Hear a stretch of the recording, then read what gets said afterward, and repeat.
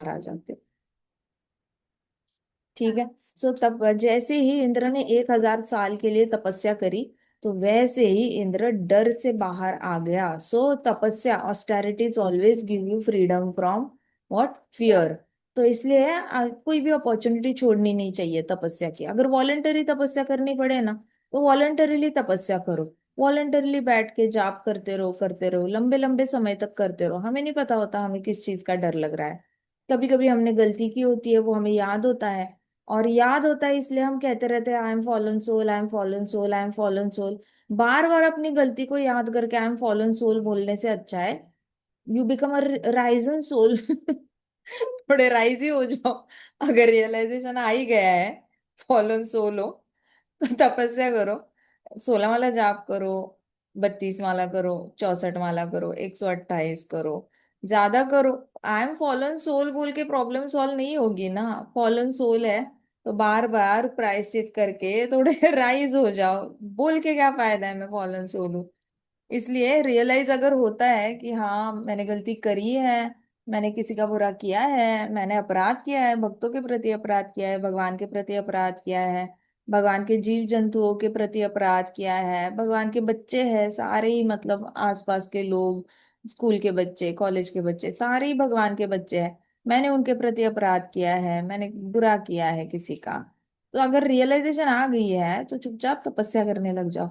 क्योंकि आप डर से बाहर निकलोगे, नहीं तो आपके दिमाग में ना घूमता रहेगा, कहीं इस गलत काम का बैड रिएक्शन तो नहीं आएगा, मैंने गलत किया है इसका बैड रिएक्शन तो नहीं आएगा, मैंने आज पापा को उल्टा बोला, बैड रिएक्शन तो नहीं आएगा, मम्मा को मैंने उल्टा बोला, बैड रिएक्शन तो नहीं आएगा। ऐसे करके जो छोटे मोटे से डर होते हैं ना, उस डर को डिलीट करने का एक ही तरीका है, ज्यादा से ज्यादा जाप करते रहो। तो इंद्र 1,000 साल तपस्या करने के बाद पहले, सबसे पहले उसको क्या मिल गया बोन, कि वो डर से ही बाहर आ गया। उसके अंदर कॉन्फिडेंस आ गया कि चलो इतना किया है तो डेफिनेटली अब मुझे भगवान ने माफी तो कर दी ही होगी। तो इसलिए वो कॉन्फिडेंटली बाहर आया। उसने पहले आते ही खाना खाया। अग्नि देवता बाहर खड़े थे, लेकिन वो आ नहीं पा रहे थे, पानी में डरे हुए थे, उनके चेहरे पे टेरर था। तो इंद्र देवता समझ गए कि अरे बेचारा ला तो रहे खाने, लेकिन बस मैं खा नहीं पा रहा था, क्योंकि 1,000 साल से मैं इसलिए भूखा था क्योंकि अग्नि देवता एंटर नहीं कर पाए वाटर में। फिर उसने खाना खाया इंद्र देवता ने, और फिर वो कहाँ चले गए, अपने महल चले गए। तो वहां पे सारे ऋषिगण इकट्ठे आए। उनको याद था कि उन्होंने प्रॉमिस किया था हम अश्वमेध यज्ञ करेंगे। तो ऋषिगणों के पार्ट पे भी कहीं ना कहीं अपराध था, उन्होंने रॉन्ग डायरेक्शन दी थी। उन्होंने बोला था कि चल तू खून कर, फिर हम यज्ञ करेंगे और तुम्हें पाप से निकालेंगे। लेकिन ऋषिगणों को भी पता चल गया था कि, चेक करना, तो ऋषिगणों को भी पता चल गया था कि ऐसे तो नहीं चलेगा नाम अपराध करके।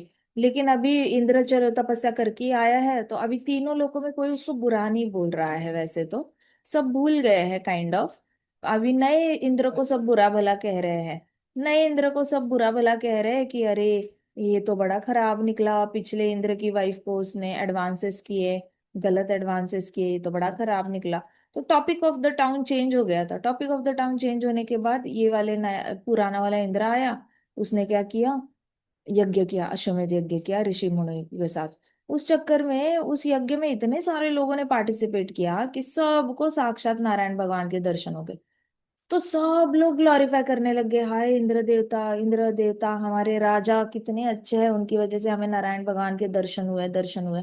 और समाज भूल ही गया, पूरा भूल गया कि ये वही इंद्र है जिसने ब्राह्मण हत्या की है, गुरु हत्या की है, गुरु अपमान किया है, और अपना महल बचाने के लिए, मतलब अपना स्वर्ग बचाने के लिए ढेर सारी हत्याएं की है, एक डिवोटी को भी मारा है। ये भी भूल गया, सारा समाज ही भूल गया। तो जैसे समाज भूल गया, तो इंद्र देवता को भी और ज्यादा आत्मग्लानि फील नहीं हुई। इसलिए बहुत जरूरी होता है, आपको कुछ ना कुछ करके ना समाज से भी आपको वैलिडेशन चाहिए होता है। इसलिए कोई सामाजिक अपराध मत किया करो।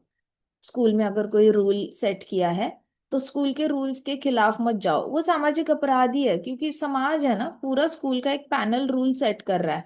अब सारे स्कूल के रूल्स के खिलाफ आप चले जाओगे, तो पूरी एक सोसाइटी आपके खिलाफ हो रही है। अगर पूरी सोसाइटी खिलाफ हो रही है, तो आपको आगे जाके भी बुरा लगता रहेगा कि अरे मैंने स्कूल के रूल तोड़े। मुझे आज भी स्कूल प्रिंसिपल बुलाते नहीं है, स्कूल में अच्छा नहीं बोलते, पीछे भी सोचते हैं मेरे बारे में तो अच्छा नहीं सोचते, इसलिए सामाजिक रूल्स को ना तोड़ने की कोशिश नहीं करनी चाहिए। They are there for a reason only. Reformation लाओ, अगर कुछ गलत हो रहा है तो रिफॉर्मेशन लाओ, लेकिन जो सही चल रहा है उसमें क्यों बदलाव ला रहे हो अननेसेसरी? जिस सही से कई सारे लोगों का भला हो रहा है उसमें क्यों रिफॉर्मेशन ला रहे हो? जो गलत है उसमें रिफॉर्मेशन लाओ। तो रिफॉर्मेशन कर लाना गलत नहीं है, बट जो सही चल रहा है उस वो रूल्स ब्रेक करना वो डेफिनेटली कई सारे लोगों को क्या है। एक मिनट, ये देना।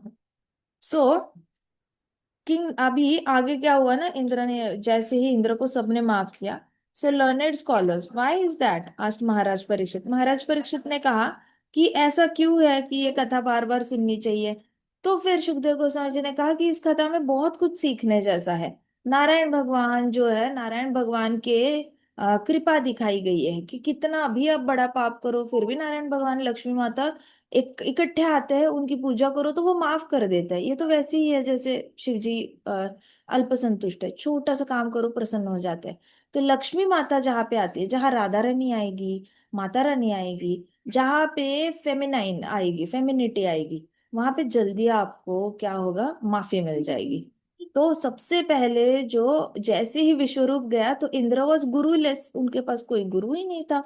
तो मिली कौन, लक्ष्मी माता। नेक्स्ट गुरु लक्ष्मी माता मिली, जैसे ही इंद्र को विश्वरूप ने गिव अप किया, बृहस्पति ने गिव अप किया, तो मिला कौन, लक्ष्मी माता मिली। लक्ष्मी माता के आशीर्वाद से उसकी तपस्या जो है वो फुलफिल हो गई। तो लक्ष्मी माता जो है वो माफी का प्रतीक है। सो ऐसा कभी नहीं समझना चाहिए कि लक्ष्मी माता रूठ जाती है तो कभी आती ही नहीं है। लक्ष्मी माता रूठ जाती है तो नारायण भगवान को प्रसन्न करो, लक्ष्मी माता प्रसन्न हो जाती है। अगर नारायण भगवान रूठ गए तो लक्ष्मी माता को प्रसन्न करो, नारायण भगवान प्रसन्न हो जाते हैं। They are husband and wife, वो एक दूसरे की बात मानते भी है। तो ये लक्ष्मी माता की वजह से नारायण भगवान और लक्ष्मी माता की कृपा अबंडेंस में यहाँ पे पता चल जाती है इस कथा से। और जो भी ये कथा को पढ़ता है सुनता है वो सारे पापों के रिएक्शन से मुक्त हो जाता है। इसमें ये भी पता चलता है कि आपने पिछले जन्म में जितने भी पाप किए हो, ये कथा को श्रद्धा से सुनकर, बार बार सुनकर या पढ़कर आप सारे पुराने प्रारब्धों से बाहर आ सकते हो।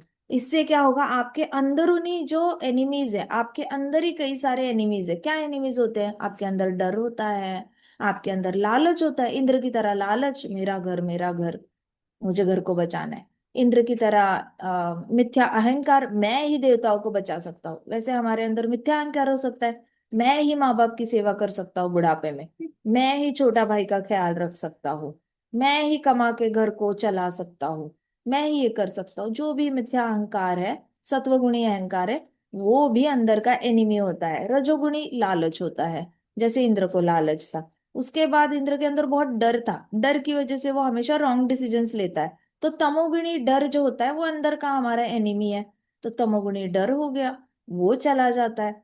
तो आपके अंदर के जितने भी एनिमीज है ना, एनिमीज की एक आर्मी बन चुकी है आपके बॉडी के अंदर, वो एनिमीज सारे डिलीट हो जाते हैं, खत्म हो जाते हैं ये कथा पढ़ने के बाद, बार बार पढ़ने के बाद। इसलिए सुखदेव गोस्वामी जी परीक्षित महाराज को कहते हैं कि ये कथा का ना श्रवणम बार बार करना चाहिए, आप समस्त भय से मुक्त हो जाते हो। और साथ साथ आपको भगवान नारायण की शरणागति बड़ी एफर्टलेस तरीके से आ जाती है, ऑर्गेनिक तरीके से आ जाती है। लक्ष्मी माता की भी आपके ऊपर बहुत कृपा आ जाती है। जहां पे नारायण भगवान है, लक्ष्मी माता है, वहां पे कोई भी कमी नहीं है, ऐसे करके सुखदेव गोस्वामी जी ने बोला। अब हम नेक्स्ट चैप्टर करेंगे, किंग चित्रकेतुस लैमेंटेशन। अब परीक्षित महाराज एकदम डीप थॉट में सोच रहे थे कि उन्होंने फिर सुखदेव गोस्वामी जी ने कहा, सुखदेव गोस्वामी जी को परीक्षित महाराज ने पूछा, O learned Brahmana, demons are generally sinful, covered by modes of passion and ignorance, how is it that Vajrasura could have such great love for supreme personality of Godhead. ये क्वेश्चन अभी भी आंसर नहीं हुआ था परीक्षित महाराज, ये दूसरी बार क्वेश्चन पूछ रहे हैं सुखदेव गोस्वामी जी को कि ये जो डीमंस होते हैं, राक्षस होते हैं, ये सवाल किसको आया था, इंद्र को आया था, है ना, इंद्र को आया था ये क्वेश्चन कि डीमंस जो होते हैं वो बड़े ही पापी होते हैं, अहंकारी होते हैं, बहुत ही लालची होते हैं, घमंडी होते हैं, प्लस आलसी भी होते हैं, इनके अंदर कोई अच्छा गुण नहीं होता, इनके अंदर ज्यादा से ज्यादा इग्नोरेंस होता है, मतलब शास्त्रों का ज्ञान नहीं होता है इनके अंदर। तो और पापी होते हैं। ऐसा कैसे कि वृत्रासुर के पास इतना प्रेम आ गया कृष्ण भगवान के लिए? ये सेम क्वेश्चन इंद्र को आया था, तो इंद्र ने अपने आप को ही बलि महाराज और प्रहलाद महाराज का आंसर देकर अपना ही प्रॉब्लम अपनी हेड में सॉल्व कर लिया। लेकिन परीक्षित महाराज का ये प्रॉब्लम सॉल्व नहीं हुआ। परीक्षित महाराज को लग रहा है कि डीमंस तो डीमंस होने चाहिए ना, उनको कैसे प्रेम हुआ कृष्ण भगवान से? उन्होंने तो देखा नहीं कंस को प्रेम होते हुए कृष्ण भगवान से, या शिशुपाल को प्रेम हुआ, या फिर काल्यवन को प्रेम हुआ, जरासंध को प्रेम हुआ, ऐसा तो कुछ, ये यहाँ पे गिरा। ये ऐसा तो कुछ देखा ही नहीं है। तो फिर परीक्षित महाराज बोले लाइक मैंने तो ऐसे देखा ही नहीं है कि दुश्मन को प्रेम हुआ कृष्ण भगवान से। दुर्योधन ने भी ऐसा कोई प्रेम नहीं दिखाया था कृष्ण भगवान के प्रति। सो परीक्षित महाराज का ये प्रॉब्लम सॉल्व नहीं हुआ था अभी तक हेड में। तो परीक्षित महाराज ने कहा, O best of Brahmanas, in this world there are many living beings as atoms, and out of these living beings a small portion are only human beings. Parikshit Maharaj कहते हैं इस पूरे ब्रह्मांड में ना बहुत सारे एटम्स है। एटम्स मतलब एक छोटे छोटे छोटे छोटे ऐसे ये हैं। एटम्स को क्या कहते हैं ना, जीव जंतु है। बहुत छोटे छोटे जीव जंतु है, डस्ट पार्टिकल से भी छोटे छोटे। और डस्ट पार्टिकल मतलब मिट्टी के जो छोटे छोटे पार्टिकल धूप की किरणों में दिखते हैं, उससे भी बहुत ज्यादा, 1000 पार्ट्स में कट करो उससे भी छोटे छोटे, इतने छोटे छोटे पूरा ब्रह्मांड भरा हुआ है। तो उसमें से अगर एक तिल ले लो, तो उस तिल जितने ही ह्यूमन स्पीशीज है उतने ही इंसान है, मनुष्य योनिया है। बाकी सारे तो ऐसी ही है, कोई और योनि में। मनुष्य योनिया बड़ी कम है कहते हैं परीक्षित महाराज, बहुत ही छोटा पोर्शन है। और उसमें से भी बहुत छोटा पोर्शन है जो आध्यात्मिक है। मतलब एक तिल जितने लोग, तिल जितनी आत्माएं, सारी आत्माओं को इकट्ठे करो और एक तिल में डाल दो, तो उतनी ही आत्माएं ह्यूमन स्पीशी में आती है। मतलब किस में आती है? इंसानों की स्पीशी। हाँ, मनुष्य योनि में आती है। अब उस तिल को भी आप बहुत छोटे पार्ट में कट करो, तो उतनी ही आत्माएं, उसके अंदर जितनी आत्माएं फिट होती है उतनी ही आध्यात्मिक होती है। अच्छा, उसमें से भी और कट करो, वो छोटे से छोटा पार्ट है तिल का, उसको भी और ज्यादा कट करके छोटा बनाओ, तो उसमें जितनी आत्माएं फिट होती है वही आत्माएं मुक्ति के लिए एलिजिबल रहती है। मतलब उन्होंने कुछ तो एफर्ट डाला है, मेहनत करी है, जिससे कि उनको मुक्ति प्राप्त हो। कोई बात नहीं, बैठ जाओ। मुक्ति प्राप्त हो। उसके बाद अगर उसको भी और छोटे छोटे पार्ट्स में कट करो, तो फिर किसी को नारायण भगवान से आसक्ति होती है। उससे भी छोटे पार्ट में कट करो, तो उसमें जितनी कम कम कम आत्माएं मिलेगी, उतनी ही आत्माओं को नारायण भगवान से थोड़ी बहुत अटैचमेंट होती है। अब ऐसे नारायण पारायण डिवोटीज, मतलब ऐसे नारायण पारायण भक्त इतने कम होते हैं, इतने ज्यादा कम होते हैं। तो इतने रेयर रेयर रेयर भक्तों में, इतने कम नारायण पारायण भक्तों में विश्व ये वृत्रासुर कैसे फिट हुआ? मतलब ऑलरेडी मनुष्य होनी है इतनी कम है, और उसमें भी सबसे रेयरेस्ट स्पीशी। मतलब आप समझ रहे हो हम लोग कितने रेयर हैं? हम मतलब एक यूनिक आइटम है जो है ही नहीं इस पूरे ब्रह्मांड में ना, एग्जिस्ट ही नहीं करता। हम एकदम ही अलग है। सो इतने कम है, हमारी हमारी योनि अलग है हम सबकी। जो नारायण भगवान को शरणागति लिए हम लोगों ने, कृष्ण भगवान की शरणागति लिए, वो भी हमारे दिमाग में कोई डाउट नहीं आता कभी कि क्यों ले शरणागति। है कृष्णा है, टेढ़े है पर मेरे है, नॉटी है पर मेरे है, सरकास्टिक है पर मेरे है, हैप्पी है पर मेरे है, कभी कभी एकदम शूरवीर है तो मेरे है, जैसे भी है कृष्णा हमारे है कृष्णा। कृष्णा कृष्णा कैसे भी है, हमने कितने अनकंडीशनल आराम से उनकी शरणागति आ गई है। तो ऐसे हमारी जैसी ना स्पीशी जो है, मनुष्य योनि जो है, ये बहुत ही रेयरेस्ट ऑफ दी रेयर है। मिलते ही नहीं है ऐसे, आजकल ऐसे आइटम बनते ही नहीं है। तो ये नारायण पारायण भक्त कहा गया है। तो नारायण पारायण भक्तों में वृत्रासुर कैसे फिट होता है, ऐसे करके सुखदेव परीक्षित महाराज को समझ ना आए। तो सुखदेव गोस्वामी जी स्माइल करने लग गए, क्योंकि उनको समझ, परीक्षित महाराज ने जिस तरीके से डिस्क्राइब किया ना, एक तिल में इतने से भक्त ले लो, इतनी सी आत्माएं ले लो, तिल में आत्माएं डालो उतने मनुष्य होनी, उसको और कट करो उतने आध्यात्मिक, उसको और कट करो, आधे पार्ट को और आधे में कट करो, तो उसमें आध्यात्मिक में से कोई सीरियस आत्माएं जो मुक्ति पाना चाहते हैं, उस मुक्ति पाने वालों में भी उसमें और आधे कट करो, तो उसमें नारायण पारायण डिवोटीज बच जाते हैं। तो ये नारायण पारायण, तो सुखदेव गोस्वामी जी को बड़ी हंसी आई। सुखदेव गोस्वामी जी हंसने लग गए, और ऐसे ऐसे करने लगे, नॉड करने लगे हंसते हंसते परीक्षित महाराज की बात सुनकर। सुखदेव गोस्वामी फिर उन्होंने कहा कि if such pure devotees are so so rare, Maharaj Parikshit ने कहा, then how was it Vritrasura an infamous sinful demon, infamous sinful demon. Description देखो परीक्षित महाराज का, कितने अच्छे वर्ड्स यूज कर रहे हैं। इनफेमस मतलब कुप्रसिद्ध, बड़े खराब बोलते हैं लोग उसके बारे में। और पापी मतलब कुप्रसिद्ध पापी, राक्षस डीमन, राक्षस। कृष्णा कॉन्शियस कैसे बन गया, कृष्ण भक्त कैसे बन गया? How was it that he was a Narayana parayana devotee on the battlefield? कहती कि ऐसे कैसे वो नारायण पारायण भक्त है, वो भी युद्ध भूमि में नारायण पारायण भक्त बन गया? किसको देखा हमने? तो द्रोणाचार्य को भी नारायण पारायण होते हुए नहीं देखा। उन्होंने तो अपनी योग विद्या से अपना शरीर छोड़ा था।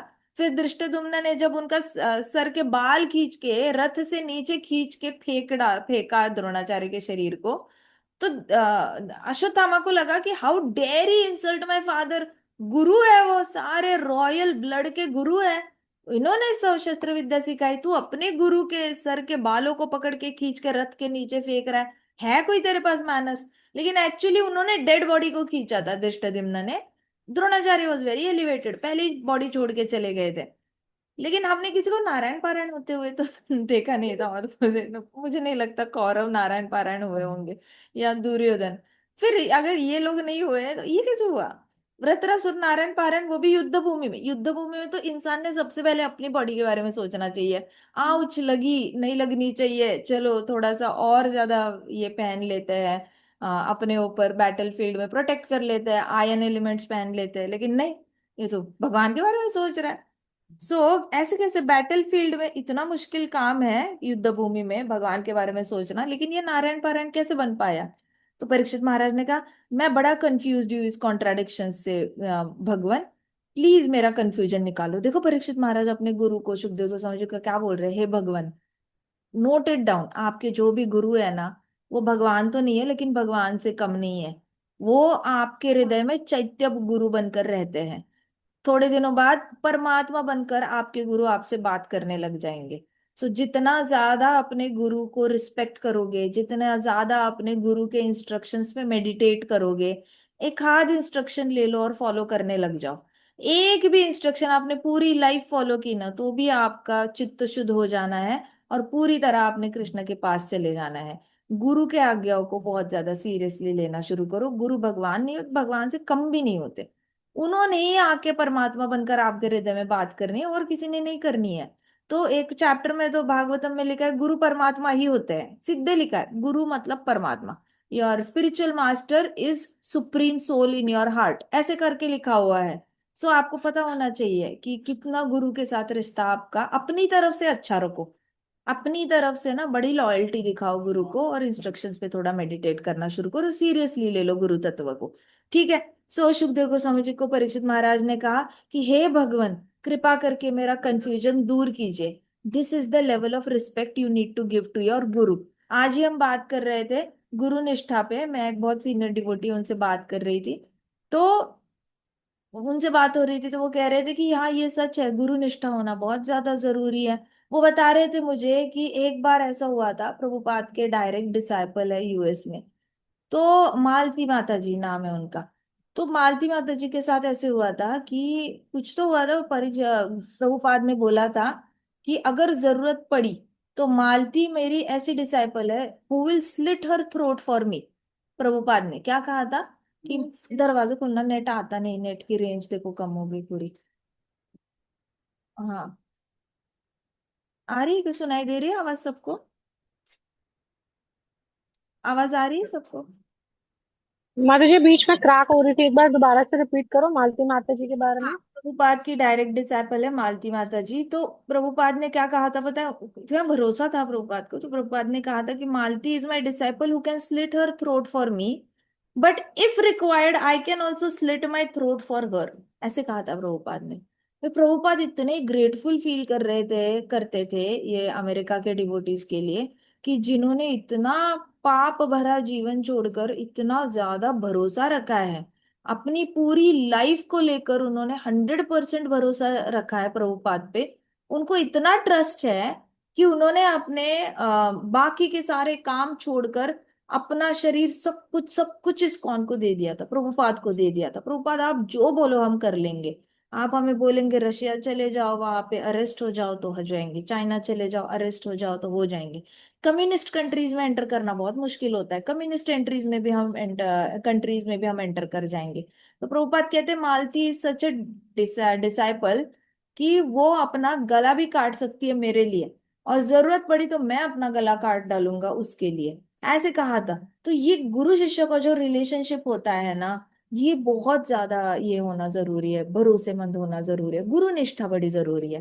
पहले गुरु अपनी लॉयल्टी दिखाए, उससे पहले आपने डिसाइपल बनकर अपनी अपनी लॉयल्टी। गुरु ने तो आपको एक्सेप्ट करके ऑलरेडी बहुत बड़ा त्याग किया है। आपके वैसे भी प्रारब्धों के सारे रिएक्शंस अपने शरीर में लेकर ना ढेर सारी बीमारियां इनवाइट करके बैठ जाते हैं गुरु।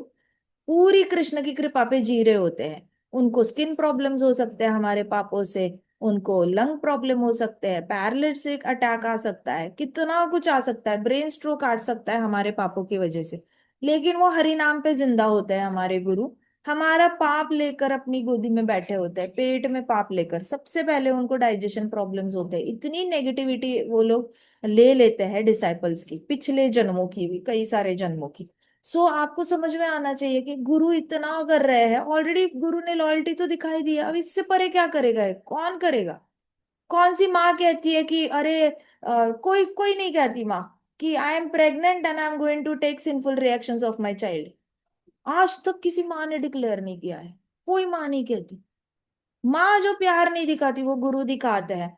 पिताजी कभी पिताजी ये नहीं कहते कि जा बेटा, जो पाप करना है कर, मैं तुझे माफ कर दूंगा, मैं हमेशा तुझसे प्यार करूंगा, नहीं।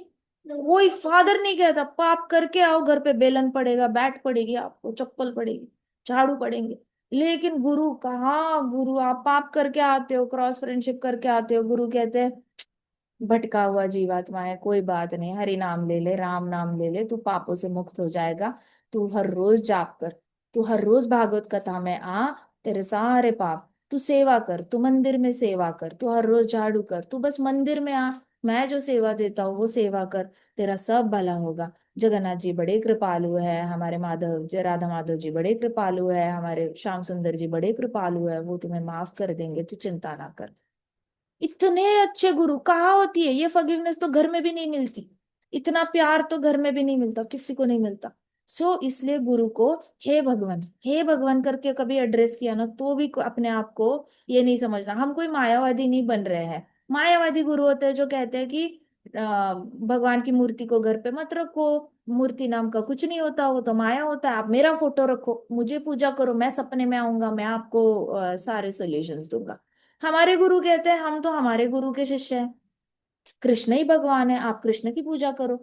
फिर हमारे गुरु कहेंगे प्रभुपाद की सुनो, प्रभुपाद के बुक्स पढ़ो, प्रभुपाद का भागवतम पढ़ो, प्रभुपाद की। वो कहाँ अपने लिए कुछ क्रेडिट ले रहे हैं? कोई नहीं ले रहा, सब कह रहे हैं प्रभुपाद की सुनो, प्रभुपाद की सुनो। इतनी ह्यूमिलिटी, इतनी विनम्रता कहाँ मिलेगी? कोई हिटलर शाही नहीं, कुछ नहीं, मायावादियों की तरह कुछ नहीं है। ये नहीं है, क्या कहते हैं, बिल्कुल भी डोमिनेंस नहीं है। सो ऐसे ऐसे गुरु की शरणागति तो हमने चरण धो धो के उनके चरण कमलों का पानी पीना चाहिए। सो गुरु को भगवान, भगवान नहीं है लेकिन भगवान का दर्जा दे दो, अपनी तरफ से दे दो। टेक्निकलिटीज में मत जाओ कि है या नहीं है, है या नहीं है। है तो वो कृष्ण के ही पार्षद होते हैं, कृष्ण के ही कॉन्फिडेंशियल एसोसिएट होते हैं। ऐसे किसी के पास शक्ति नहीं आ सकती। आपकी बॉडी स्पिरिचुअलाइज होना जरूरी है before you start giving diksha to others. नहीं तो बॉडी कोलैप्स हो जाएगी, बॉडी खत्म हो जाएगी नेगेटिविटी लेते लेते। आप दूसरों की जिम्मेदारी लेते हो ना, तो आप बहुत ज्यादा बीमार पड़ने लग जाते हो। दूसरों की जिम्मेदारी लेने से पहले अपनी आध्यात्मिक जो उन्नति है ना, वो बहुत अच्छी होनी चाहिए, बिटवीन मध्यम अधिकारी टू उत्तम अधिकारी होनी चाहिए, उसके बाद ही यू कैन अफोर्ड टू दूसरों की जिम्मेदारी आप अपने सर पे लेकर उनकी प्रॉब्लम सॉल्व कर सकते हो, नहीं तो नहीं कर सकते। ये गुरु के पास होता है। आई बात समझ में? तो सुखदेव गोस्वामी जी ने कहा O king, I shall tell you the history of Ratnasur. ये अब हम रत्नासुर की पास्ट लाइफ सुनने वाले हैं, जाया। तो सुखदेव गोस्वामी जी ने कहा मैं तुम्हें बताता हूँ रत्नासुर पिछले जन्म में क्या था। मैंने सुना है व्यास देव जी से। व्यास देव जी सुखदेव गोस्वामी जी कौन है? पापा। पापा है। तो व्यासदेव जी से सुना है, नारद मुनि जी से सुना है, और देवल से सुना है। इसका मतलब सुखदेव गोस्वामी जी बड़े ही बोनाफाइड सोर्स से आ रहे हैं, अपनी मर्जी से कुछ कहानी क्रिएट नहीं कर रहे हैं। ये सीखना है हमेशा, मेंटल स्पेकुलेशन से दूर रहना है। मेंटल स्पेकुलेशन मतलब मनगढ़ंत कहानियां नहीं करनी भक्ति में, जो लिखा है एज इट इज हमने याद करना है। तो सुखदेव गोस्वामी जी का ना ध्यान से सुनना, मैंने व्यासदेव जी से, नारद मुनि जी से और देवल से सुना हुआ है। परीक्षित महाराज ध्यान से सुनो, जैसे ही बोला परीक्षित महाराज ऐसे हो गए, लीन लीन इन हो गए। क्या? ध्यान से सुनो, ऐसे लीन इन हो गए।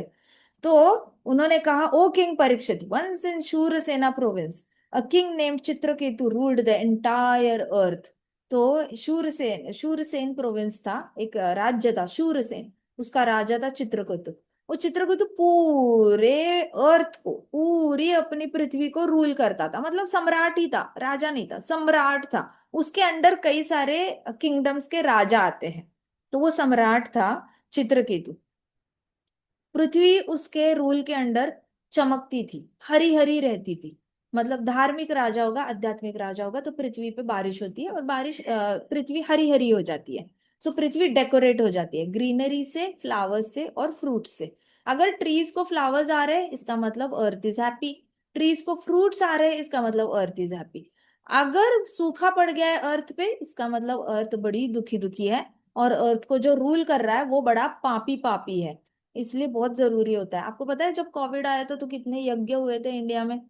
इंडिया में ही नहीं, पूरे एशिया में यज्ञ हो रहे थे। हर कंट्री अपनी अपनी तरीके से यज्ञ कर रहा था। सिर्फ वेस्टर्न कंट्रीज में जिसको यज्ञ ही नहीं पता, तो वो लोग कुछ कर नहीं रहे थे, लेकिन हमारी साइड से तो बड़े यज्ञ चल रहे थे। सो जो आध्यात्मिक जो राजा होता है, वहां पे पृथ्वी माता सजती धजती है, बड़ी ही मतलब सुहागन कहते हैं, पृथ्वी माता सुहागन होती है जब वहां पे आध्यात्मिक राजा, धार्मिक राजा राज्य करता है। तो अभी ये राजा चित्रकेतु था, उसकी कितनी वाइफ्स थी? 10 मिलियन वाइफ्स। 10 मिलियन मतलब कितना हुआ? 10 लाख और 10 मिलियन वाइफ्स कितनी होती है? 10 लाख। हद हो गई। 1 मिलियन मतलब कितना? 10 लाख। 1 करोड़। 1 करोड़, शाबाश। सो चित्रकेतु की कितनी पत्नियां थी? 1 करोड़। ठीक है। तो परीक्षित महाराज ने ऐसे किया, 10 मिलियन। का मुंह ऐसे, 10 मिलियन, 1 करोड़। तो सुखदेव गोस्वामी जी कहना, yes, the king first married one wife, and because she could not bear a child, he married again. That wife couldn't bear any children. He chose another wife. Like this, none of the wives could have children. He ended up marrying millions of wives. उसमें क्या बड़ी बात है? तो चित्रकेतु महाराज को पहली पत्नी से विवाह किया, उसको बच्चा नहीं हुआ। दूसरी पत्नी से विवाह किया, उसको भी बच्चे नहीं हुए। ऐसे करके वन बाय वन 1 करोड़ पत्नियों से विवाह किया, लेकिन किसी को भी बच्चे नहीं हुए। अब आप सोच रहे होंगे, हाय भगवान, ये तो बिल्कुल ही अधर्म है, इतनी पत्नियां लेना। राजा के लिए अधर्म नहीं होता। राजा के लिए एक स्पेसिफिक रूल बताया गया है मनु संहिता में। राजा जिस भी स्त्री पे उंगली रखता है, वो उसकी पत्नी बनने के लायक होती है। क्यों ऐसे? क्यों? उसके लिए ये नहीं होता कि दूसरे की बेटी मतलब मेरी माता। ये रूल राजा पे नहीं लागू होता, क्योंकि राजा पूरे पृथ्वी पे कल्याण कर रहा होता है। वो कंटिन्यूअसली यज्ञ कर रहा होता है, दिन रात प्रजा की टेंशन में उसकी नींद चली गई होती है। वो कभी भी ढंग से सोता नहीं। सबसे ज्यादा मानसिक रोग जो होता है वो राजा को हो जाता है, चिंता कर करके, चिंता कर करके कि कैसे होगा, पृथ्वी माता पे कैसे होगा, लोग मर रहे हैं, लोग भूखे हैं, बारिश नहीं हो रही, ये नहीं हो रहा, वो नहीं हो रहा। सो राजा इतना ज्यादा चिंता करता है, मानो जैसे भगवान हमारी चिंता करते हैं। वैसे प्रजा की चिंता राजा करता है। दिन रात घोड़े पे घूम के हंटिंग करता रहता है, जिससे कि लोग अच्छे से प्रोटेक्टेड रहे। फिर वो राजा असुरों से लड़ता है, अपनी जान दांव पे लगाकर असुरों से लड़ता है, ताकि उसकी प्रजा सेफ रहे, उसकी प्रजा को खाना मिले। इसलिए राजा कंटिन्यूअसली बारिश के लिए यज्ञ करता रहता है, ताकि अनाज बना रहे। और वो यज्ञ, प्रॉब्लम ये है ना कि वो यज्ञ माइनस राजा नहीं हो सकता, राजा को ही यज्ञ करना पड़ता है। तो राजा अगर यज्ञ में बैठा, 100 साल यज्ञ से उठेगा नहीं। अश्वमेध यज्ञ 100 साल का यज्ञ होता है। तो वो इतनी तपस्या कहाँ अपने बारिश के लिए, उसके पास तो बहुत सारा अनाज है खाने के लिए, नंबर ऑफ डिशेस है खाने के लिए। उसको क्या जरूरत है यज्ञ करने की, लेकिन बैठता है ना 100 साल। किसके लिए बैठ रहा है? दूसरों के लिए बैठ रहा है, खुद के लिए नहीं बैठ रहा वो। और वो न्याय करता है। किसके लिए करता है? खुद के लिए ना। वो कह सकता है ना, मुझे बड़ी नींद आ रही है, आज नहीं जाना दरबार में। ओ अन्याय हुआ है, मंत्री जी आप देख लो जरा, मुझे सोना है थोड़ा सा। एक दिन नहीं आराम करता वो। हर रोज दरबार में बैठ जाता है, हर रोज न्याय करता है, हर रोज दिमाग लगाता है। और हर रोज उसके खिलाफ पॉलिटिक्स होती रहती है, अपनी भी जान बचाता है, बच्चों की जान बचाता है, पत्नी की जान बचाता है। और खुद के जान के ऊपर इतना डेंजर होने के बावजूद अपने बारे में कम सोचता है और प्रजा के बारे में ज्यादा सोचता है। सो इतना मुश्किल से जाता है, इसलिए उसको कितनी भी शादियां माफ होती है। He can marry. हमारे दशरथ महाराज जो है श्री राम जी के फादर, उन्होंने 353 मैरिजेस, भले ही पहले तीन पत्नियां प्राइम वाइव्स है, लेकिन 350 शादियां तो परशुराम महाराज, परशुराम भगवान से डर के ही शादी की थी। जैसे ही परशुराम भगवान परशुराम आते थे, वो क्षत्रियों को मारने वाले हैं, तो दशरथ महाराज विवाह यज्ञ में बैठ जाते थे। अब विवाह यज्ञ में बैठे हुए राजा को मार नहीं सकते, क्योंकि वो आगे प्रजा बनाने वाला है। वो प्रजा, उसका राजपुत्र रक्षण करेगा राज्य का। तो वो बहुत महान कार्य कर रहा है, इसलिए वो पुण्यवान बन जाता है सडनली।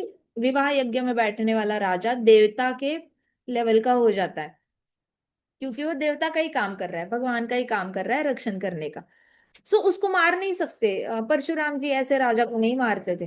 तो दशरथ महाराज ने 350 विवाह किए। So it is not very abnormal to have multiple wifes, provided आपका इंटेंशन सही होना चाहिए। इसका इंटेंशन अच्छा था चित्रकेतु का।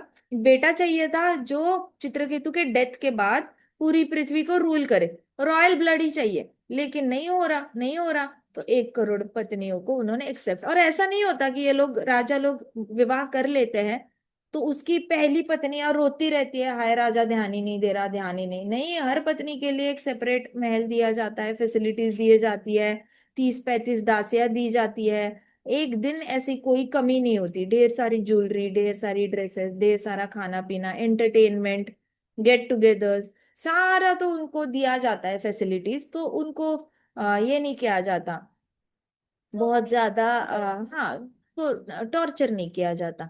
सो देखा जाए तो वो भी एक पुण्य का काम है, शेल्टर दे रहे हैं और फैसिलिटीज दे रहे हैं और जीने के लिए एक मकसद भी दे रहे हैं।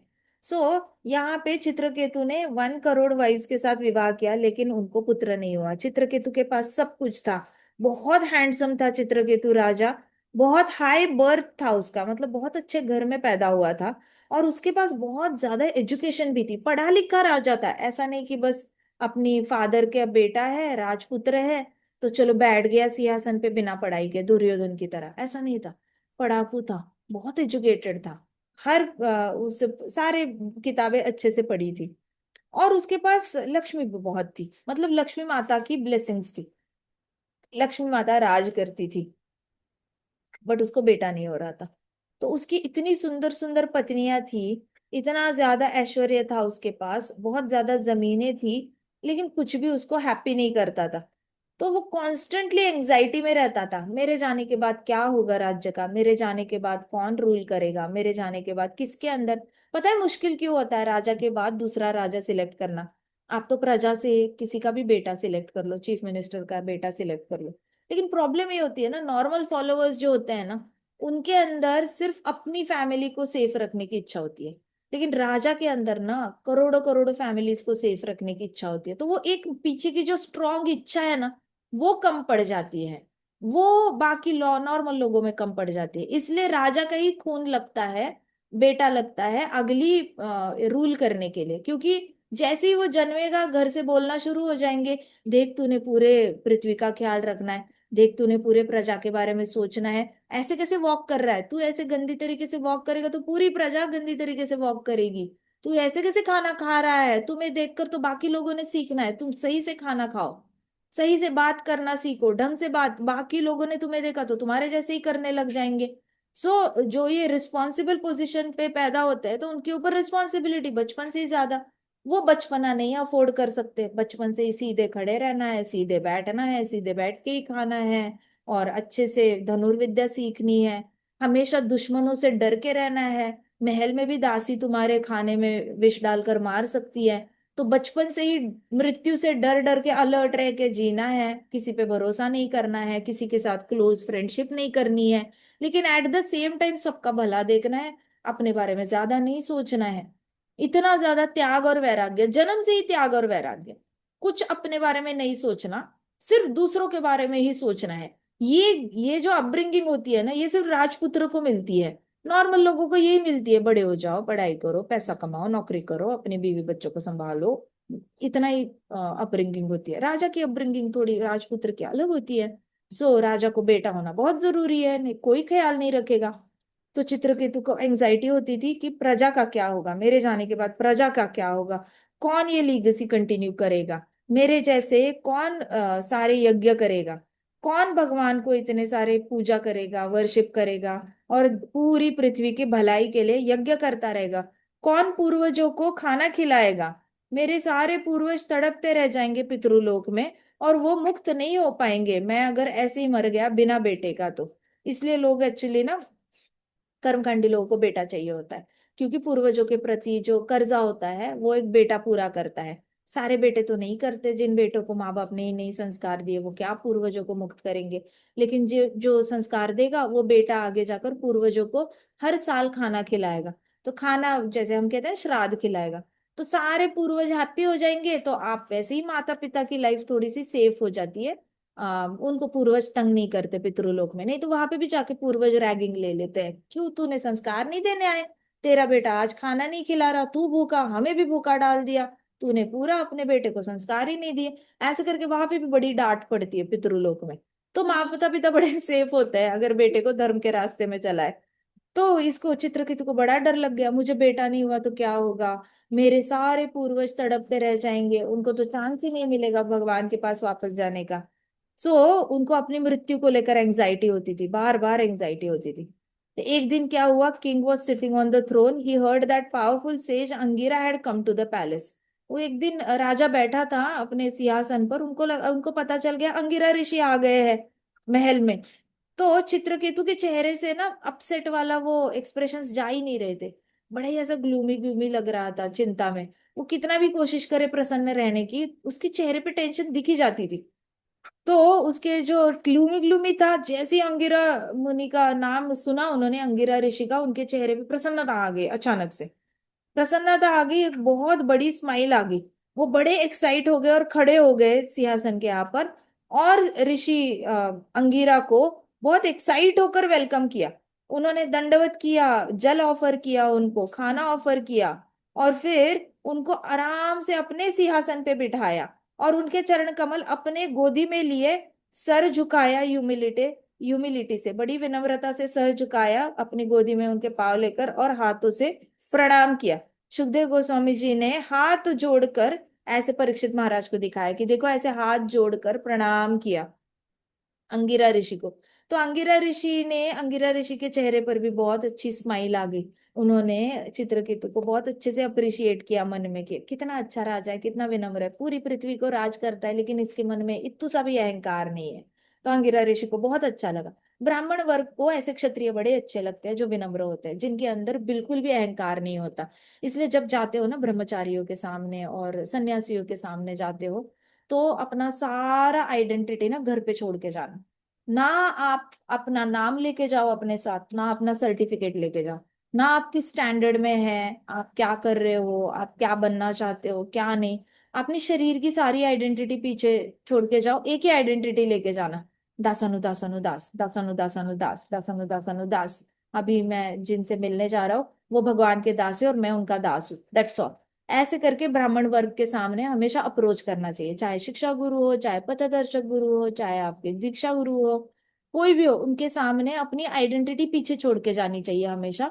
और दासानु दासानु दास, अपने आप को ना वर्बली रिमाइंड करते रहो, मैं दासानु दासानु दास हूँ, मैं दासानु दासानु दास। तो आपने कितने भी तीर मारे होंगे ना अपने एग्जाम्स में, कुछ भी हो, वो आपके आड़े नहीं आएगा। आपका स्पाइन ना ऐसे इरेक्ट नहीं रहेगा, वो ऐसे गिरेगा, थोड़ा झुकेगा। झुकने के लिए अपने आप को बार बार रिमाइंड कराना पड़ता है, मैं दासानु दासानु दास हूँ, मैं दासानु दासानु दास हूँ, मैं दासानु दासानु दास हूँ, सारे दासों का मैं दास हूँ, भगवान के जितने भी दास है उनका मैं दास हूँ। मैं उनकी सेवा करने के लिए जन्मा हूँ। ऐसे करके अपनी आइडेंटिटी को फुल ऑन शिफ्ट करके उनको अप्रोच करना होता है। तब ब्राह्मण वर्ग बड़ा प्रसन्न होता है, और जैसे ही वो प्रसन्न होता है ना, उनकी 50% सुकृति हमारे पास आ गई होती है। प्रॉफिट ही प्रॉफिट है, उन्होंने जितना हरि नाम लिया है वो सारा हरि नाम की सुकृति हमें ट्रांसफर हो जाती है, वो भी प्रेम से।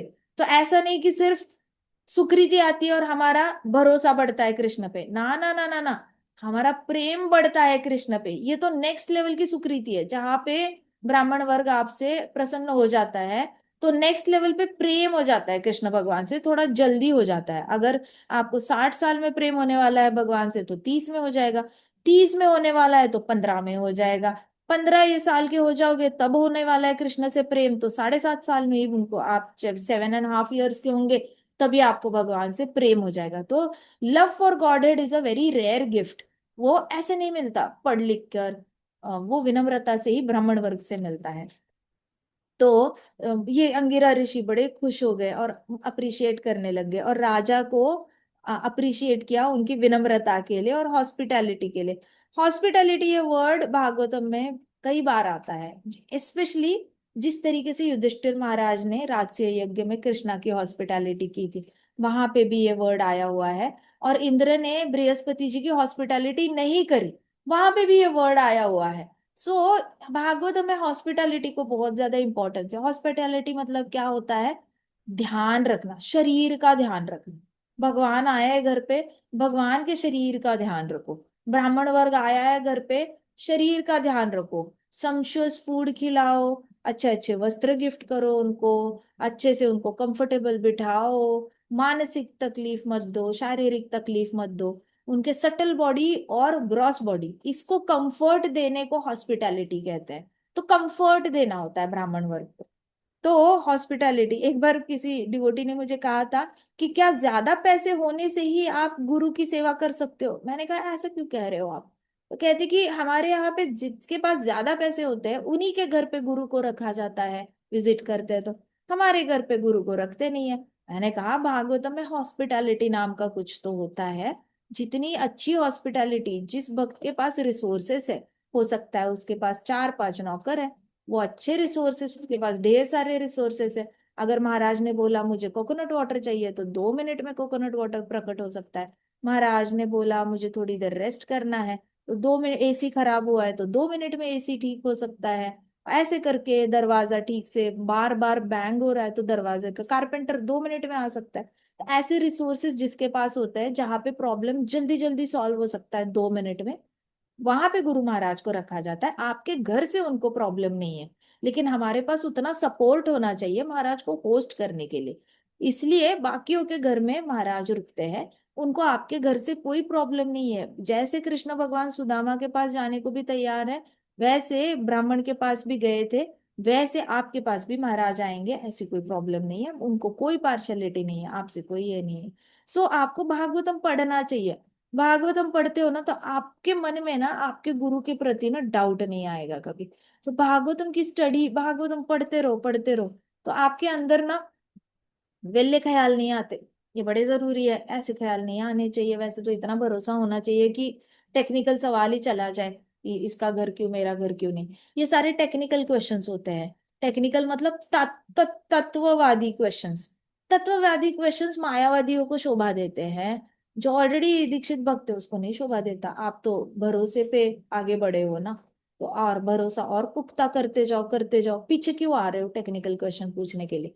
सो आपको इतना पता होना चाहिए कि बहुत जरूरी है अपने महाराज पे भरोसा करना। भरोसा करो, आपके महाराज जो भी सिलेक्ट करते हैं, जो भी डिसीजन लेते हैं, आपके लिए लेते हैं, अपने लिए लेते हैं, उसके पीछे कृष्ण उनको हेल्प कर रहे हैं डिसीजन लेने के लिए। साक्षात कृष्ण भगवान उनके साथ चल रहे होते हैं, बोल रहे होते हैं, उनके साथ दिन रात वार्तालाप कर रहे होते हैं। इतना ज्यादा फेथ रखो अपने गुरु पर। तो हॉस्पिटैलिटी के पास, जिसके पास ज्यादा कैपेसिटी है हॉस्पिटैलिटी की, वहां पे गुरु की अरेंजमेंट की जाती है। सारे शिष्यों को चाहिए कि गुरु की जो हॉस्पिटैलिटी है वो अच्छी हो जाए। क्यों? भागवतम में लिखा है। तो यहाँ पे अंगिरा ऋषि थे, वो बड़े प्रसन्न हो गए राजा के हॉस्पिटैलिटी से। तो ऐसा नहीं कि ब्राह्मणों की इच्छा होती है, लेकिन शिष्य शिष्य बड़ा खुश हो जाता है अगर वो अपने गुरु की बहुत अच्छे से कंफर्टेबल हॉस्पिटैलिटी कर पाया तो। तो ये खुश हो गए, उन्होंने कहा my dear king, I hope you and your royal associates and possessions are well. Angira Rishi ने कहा, हे राजन, मैं आशा करता हूँ तुम और तुम्हारे सारे आसपास के जितने भी लोग हैं वो सब बड़े खुश हैं। When seven properties of material nature, the ego and five objects of sense gratification are in order, the living entity can be happy। देखो अंगिरा ऋषि क्या बोल रहे हैं, हैप्पीनेस का फॉर्मूला बता रहे हैं राजा को कि तुम्हें पता कैसे चलेगा तुम्हारी प्रजा खुश है। राजा को पता तो चलना चाहिए ना। ऐसा भी हो सकता है कि प्रजा अनहैप्पी है लेकिन उनकी कंप्लेन राजा तक पहुंच ही नहीं रही है, बीच में ही पुलिस उनको पकड़ रही है और बोल रही है राजा के पास गया तो तुम्हारे फैमिली का मर्डर कर दूंगा। फिर चीफ मिनिस्टर के पास केस आती है, जस्टिस मिनिस्टर के पास, तो वो जस्टिस मिनिस्टर कहता है कि ये केस राजा तक नहीं जानी चाहिए, इसको पीछे ही पीछे मर्डर कर दो। तो कई बार राजा को पता भी नहीं होता कि प्रजा खुश है या नहीं है। तो अंगिरा ऋषि ने कहा कि मैं आशा करता हूं कि तुम और तुम्हारी प्रजा सब कुशल मंगल है। जब किसी के पांचों इंद्रिय, सारे इंद्रिय, सेंस ग्रेटिफिकेशन के पांच ऑब्जेक्ट्स, ये इंद्रिय और ईगो उसका, ये सारे इंद्रिय जब ऑर्डर में होते हैं मतलब सही तरीके से यूज हो रहे होते हैं, तभी एक जीवात्मा खुश हो सकती है। तो अंगिरा ऋषि बेसिकली कह रहे हैं जब किसी का अहंकार भगवान की सेवा में लगता है, पंचेंद्रिय भगवान की सेवा में लगते हैं, तब भी कोई इंसान खुश हो सकता है। अहंकार भगवान की सेवा में लगने का मतलब है मैं दासानु दासानु दास हूं, भगवान मैं आपका सेवक हूं, मैं आपके सेवकों का सेवक हूं। इसको कहते हैं अहंकार को भगवान की सेवा में लगाना। और पंचेंद्रिय मतलब आंखें, कान, हाथ, पाँव, ये सारे अपने बॉडी को भगवान की सेवा में लगाना। तो आपको तब पता चलेगा आपकी प्रजा खुश है या नहीं जब वो अपना अहंकार और अपने पंचेंद्रिय सारे ही भगवान की सेवा में लगा रही है। सो राजा ने क्या करना चाहिए अभी, राजा ने एक पूरी आर्मी की एक यूनिट बनानी चाहिए जो ट्रैवल करेगी पूरी पृथ्वी पर, अलग अलग एरियाज में जाएगी और वहां से रिपोर्टिंग करेगी, वापस आके बताएगी इस गांव में यज्ञ हो रहे हैं, सारे गांववासी यज्ञ अटेंड कर रहे हैं। फिर वो दूसरी टुकड़ी आके बताएगी इस गांव में नाम संकीर्तन हो रहा है, सारे गांव वाले हर रोज कीर्तन करते हैं। फिर तीसरी टुकड़ी आके बताएगी कि देखो इस गांव में हर रोज भागवत कथा हो रही है, सारा पूरा गांव शाम को भागवत कथा सुनने के लिए अटेंड करता है। तब जाके राजा के मन को ठंडक पहुंचेगी कि हाँ, इसका मतलब सब हैप्पी है। क्योंकि जो अनहैप्पी होता है ना वो चोरी करता है, डाका डालता है, मार पिटाई करता है और खून खराबा करता है। और जो हैप्पी होता है वो भागवत कथा सुनता है, कीर्तन करता है, यज्ञ करता है, ऐसे करके। सो इससे ये भी पता चलता है कि प्रजा का मानसिक स्वास्थ्य भी अच्छा चल रहा है, क्योंकि वो एटलीस्ट सोच रहे हैं यज्ञ में बैठने के लिए। जो अनहैप्पी है वो यज्ञ को खत्म करने के बारे में सोचेगा, लेकिन जो हैप्पी है वो यज्ञ में बैठकर, और मान लो कोई कोई लोग अनहैप्पी होते हैं, यज्ञ में इच्छा पूर्ति करने के लिए भी बैठ सकते हैं। इसका मतलब वो एकदम ही जीरो नहीं चले गए अनहैप्पीनेस में, 5 on 10 अनहैप्पी है, मतलब थोड़े से अनहैप्पी, थोड़े से हैप्पी, थोड़े से अनहैप्पी, थोड़े से हैप्पी, मतलब थोड़ा कभी खुशी कभी गम, कभी खुशी कभी गम, ऐसा स्टेट चल रहा है। वो लोग भी यज्ञ में बैठेंगे। लेकिन जो पूरी तरह ही 100% गम गम गम है, वो तो मतलब कहीं ड्रिंक करते ही बैठेंगे, किसी को मारने के लिए ही बैठेंगे, किसी की परस्त्री पे हाथ डालने में बिजी रहेंगे। तो उससे ये सारे जब प्रोग्राम्स चलते हैं कंट्री में, उस दैट इज द रियल मापदंड कि आपका राज्य जो है वो अच्छे से चल रहा है। आप लोगों में से कोई कोई ये एग्जाम देना चाहता है आईएएस ऑफिसर बनने की, तो आपको पता होना चाहिए कि आपने अपने डिस्ट्रिक्ट को कैसे हैंडल करना है, आपने क्या क्या प्रोग्राम्स कंडक्ट करवाने हैं, आपके हाथ में होता है। आगे जाके चीफ मिनिस्टर बनोगे तो अपने स्टेट में ये प्रोग्राम्स कंडक्ट कराते रहना, एक बहुत बड़ा सेंटर खोलना, रिलीजियस कल्चरल सेंटर खोलना, वहां पे हमेशा रामायण महाभारत के ड्रामास चलते रहने चाहिए, कुछ ना कुछ सारी हमारी पौराणिक कथाएं हैं उसके ऊपर ड्रामास चलने चाहिए। वहां पे शॉपिंग का एक पूरा प्लेग्राउंड भर के रखना है जहाँ पे लोग शॉपिंग करने के लिए आ सकते हैं। पैरेलल एक स्टेज क्रिएट करना है जहाँ पे लाइव ड्रामास चल रहे हैं, रामायण के चल रहे हैं, महाभारत के चल रहे हैं, सारे कल्चरल प्रोग्राम चल रहे हैं जिसमें पौराणिक कथाएं दिखाई जा रही है। ऐसे करके समाज को बार बार याद दिलाना है और ये ट्रेडिशन आगे पास करते जाना है। तब जाके आपको पता चलेगा आपकी प्रजा हैप्पी है या नहीं है। उसमें एंट्री जो होगी उसमें पता चलेगा कि कितने लोग आते हैं, कितने लोग जाते हैं। ऐसे करके हर महीने ये सारे प्रोग्राम्स आपने कंडक्ट कराने हैं, तब जाके आप प्रजा को अच्छे से रूल कर पाओगे, नहीं तो नहीं कर पाओगे। फिर आपकी प्रजा, आपकी इसमें क्रिमिनल्स बढ़ने हैं, फिर पुलिस डिपार्टमेंट को टाइट करने में, उन्हीं की ट्रेनिंग कराते रहो, वो तो कभी पूरी होनी नहीं है। तो when king is protected by seven elements, his instructor or guru, his ministers, his kingdom, his fort, his treasury, his royal order and friends all follow his instructions, he is happy. अब राजा कैसे खुश रहेगा? राजा को protection देना पड़ेगा। राजा को किस किसने प्रोटेक्शन देना पड़ेगा? तो राजा को कौन प्रोटेक्शन देगा? उसका गुरु प्रोटेक्शन देगा। फिर उसके मिनिस्टर्स प्रोटेक्शन देंगे। फिर उसका जो किला है, जिस किले पे बैठा है वो, मतलब जिस महल पे बैठा है वो महल उसको प्रोटेक्शन देगा। उसके पास जो पैसा है, कोष है उसका ढेर सारा, रत्न है, वो प्रोटेक्शन देंगे। और उसके बाद उसके दोस्त प्रोटेक्शन देंगे। तो ये सारों ने मिलकर राजा को प्रोटेक्ट करना है। राजा ऐसा नहीं कि अपने आप अकेले अकेले अपने आप को प्रोटेक्ट करेगा। चलो आज की कथा हम यहीं पे रैप अप करते, बची हुई कल करेंगे। ग्रंथराज श्रीमद् भागवतम की जय, श्रील प्रभुपाद की जय, श्री श्री राधा श्याम सुंदर की जय, श्री श्री कृष्ण बलराम की जय, वृंदावन धाम की जय, समस्त भक्त वृंद की जय। हरे कृष्णा कृष्णा कृष्णा हरे हरे, हरे राम राम राम हरे हरे, हरे कृष्णा महासंकीर्तन यज्ञ की जय।